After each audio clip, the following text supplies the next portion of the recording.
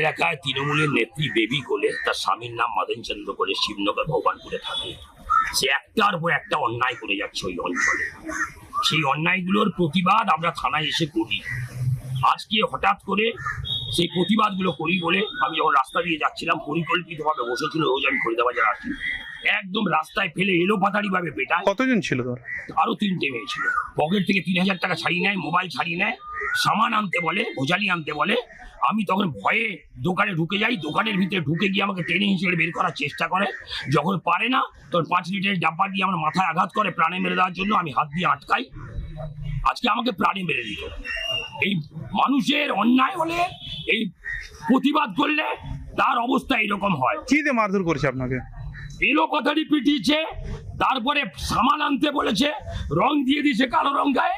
দোকানে ঢুকে যাওয়ার পরে আমি বাঁচলাম। আপনি কি জামাটা ছেড়ে দিয়েছেন? সব জামা কাপড় সব